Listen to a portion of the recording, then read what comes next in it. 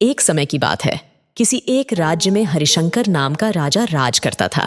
उस राजा के 3 बेटे थे। उसकी ख्वाहिश थी कि वह उसका सबसे काबिल बेटा उसकी राजगद्दी संभाले, लेकिन वह इस बात को लेकर संशय में था कि तीनों में से किसे वह अपना राजपाट सौंपे। एक दिन राजा को एक तरकीब सूझी। उसने उसी समय अपने तीनों बेटों को बुलाया और कहा, बेटे, आज मैं तुम सबसे एक सवाल पूछता हूं। अगर तुम लोगों के सामने एक गुनहगार खड़ा हो तो तुम उसके साथ क्या करोगे? इस पर राजा के पहले बेटे ने कहा, उस अपराधी को सजाए मौत दी जानी चाहिए। वहीं दूसरे बेटे ने कहा, गुनहगार को कालकोठरी में बांध देना चाहिए। जबकि तीसरे बेटे ने कहा, पिताजी, हमें उसे सजा देने से पहले इस बात की जांच करनी चाहिए कि उसने सही में अपराध किया है या नहीं। इस पर राजा के तीसरे बेटे ने सभी को एक कहानी सुनाई।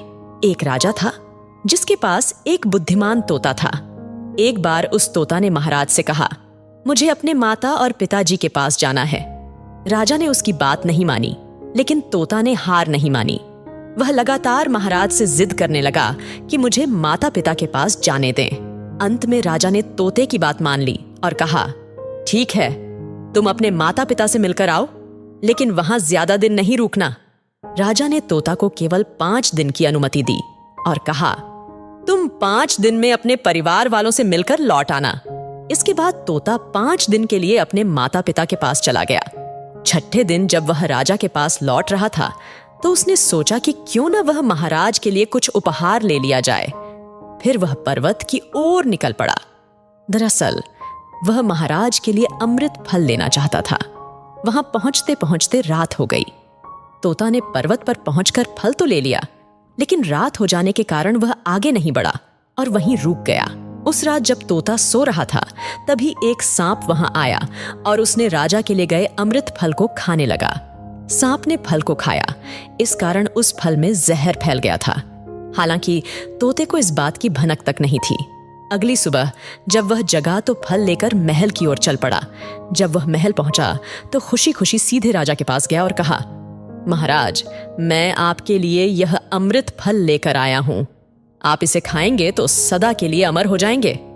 यह सुनकर राजा काफी प्रसन्न हुए। उन्होंने तुरंत उस अमृत फल को खाने के लिए मांगा। इस पर एक मंत्री ने कहा, जरा रुकिए महाराज, आप इस फल को बिना जांच किए कैसे खा सकते हैं? एक बार यह देख तो लीजिए कि तोता द्वारा लाया गया यह अमृत फल सही है या नहीं। राजा उस मंत्री की बात से सहमत हुआ और कहा कि तुरंत इस फल को एक कुत्ते को खिलाया जाए। राजा का आदेश पाकर सैनिक ने फल का एक टुकड़ा कुत्ते को खिलाया। फल खाते ही कुत्ते की मौत हो गई।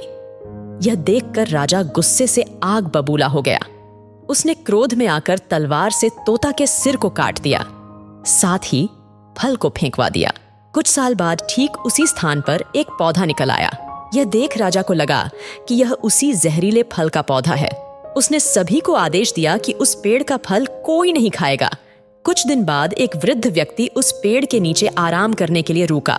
उसे भूख भी काफी जोर से लगी थी। उसने उसी पेड़ से फल तोड़ा और खाने लगा। फल खाने के बाद वह बूढ़ा व्यक्ति एकदम से जवान हो गया। राजा ने जब यह देखा तो वह आश्चर्यचकित रह गया।